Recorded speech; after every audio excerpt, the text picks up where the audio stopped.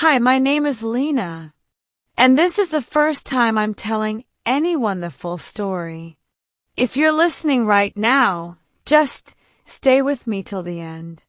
Because sometimes the things that break us the most are the ones no one ever sees coming. I was 8 when my parents separated. Mom and I stayed in a small coastal town called Marindale. Dad moved away soon after. At that age, I didn't understand what separation meant. All I knew was that one parent stayed, and the other became a visitor in my life. Mom remarried a year later. Her new husband, Victor, was strict but kind in his own way. We lived in a 2-room apartment, and everything had rules: when to talk, when to sleep, what to wear, what not to wear. He wasn't cruel, just controlling. He liked order, and I was expected to fit perfectly into it. I shared a room with Mom. Victor had his own room. I used to dream about having a space that was just mine, a room with posters, fairy lights, maybe even a little desk. Something that said, "Lena lives here." When I turned 15, my father asked me to move in with him. He said it would give me more freedom, and deep down, I wanted to believe him.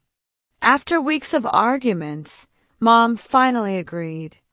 I packed my few belongings and moved to Vellora City, a busy, beautiful place by the sea. Dad's new apartment was nothing like what I knew. It was big, full of light, and my room, it was perfect. Blue curtains, wooden floors, and my favorite band posters already on the wall. It felt like he had been waiting for me all this time. His wife, Rena, was gentle and quiet. She couldn't have children, but she treated me like her own. She cooked for me, helped me with homework, even braid my hair sometimes. But there was sadness in her eyes, like she was living a half-life. After a few years, Rena fell sick. We tried everything: hospitals, treatments, prayers. But one morning, she was gone. Just me and Dad now, alone in that big, echoing apartment by the sea. I tried to fill the silence, cooking, cleaning, keeping busy. Dad seemed grateful. He worked hard, but always made time for me. We became close, maybe too close. We'd spend evenings talking for hours, laughing over dinner, watching old movies. He would always tell me, "You're all I've got now, Lena." And I believed him. When I turned 20, things started to feel strange. Dad grew more protective. He didn't like when I went out, didn't like my friends, and definitely didn't like when anyone showed interest in me. He said no one was good enough. I thought it was just fatherly love, but it felt heavier than that, like a shadow following me everywhere. One night, I had a nightmare. In it, I was trapped in a house that looked like ours, but every door I opened led me back to the same room. No matter how many times I ran, I couldn't get out. When I woke up, Dad was sitting beside my bed, just watching me sleep. He smiled and said he heard me calling for help, but I hadn't said a word. From then, things were never the same. He started keeping my bedroom door open at night. He wanted to know where I was, who I was texting when I came home. He'd call it keeping me safe, but I started to feel like a prisoner. The turning point came when I found a small wooden box in his drawer one afternoon while cleaning. Inside were photographs, all of me, smiling, sleeping, studying, walking. Pictures I never knew were taken. There was also a letter written in his handwriting.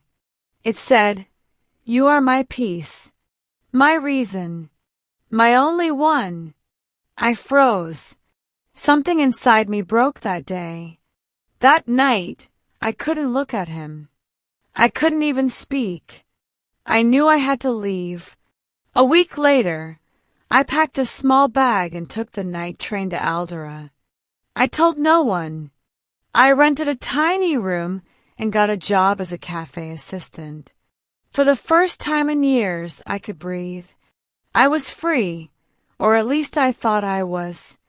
6 months later, I met Noah. He was kind, gentle, everything Dad wasn't. He made me laugh again. We started dating, and for the first time, I felt like I was building a life of my own. He didn't try to control me.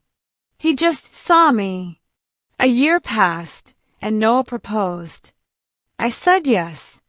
I remember looking at myself in the mirror that morning, in my simple white dress, and thinking, this is it. This is where the pain ends. But then, I saw him, in the reflection, standing behind me. Dad. He shouldn't have known where I was. He shouldn't have found me. But there he was, smiling, holding that same small wooden box. He whispered, "You thought you could leave me? You belong where you started." The room felt smaller. The air grew colder. And I realized something. I never really escaped. He had been watching all along. I don't remember what happened next. All I remember is the sound of the wind outside, the broken glass, and then silence. When I opened my eyes, I was in a hospital bed. The nurses said I had fainted during my fitting. Noah was holding my hand, crying. They said no one else was there. But I know what I saw. I know he was there.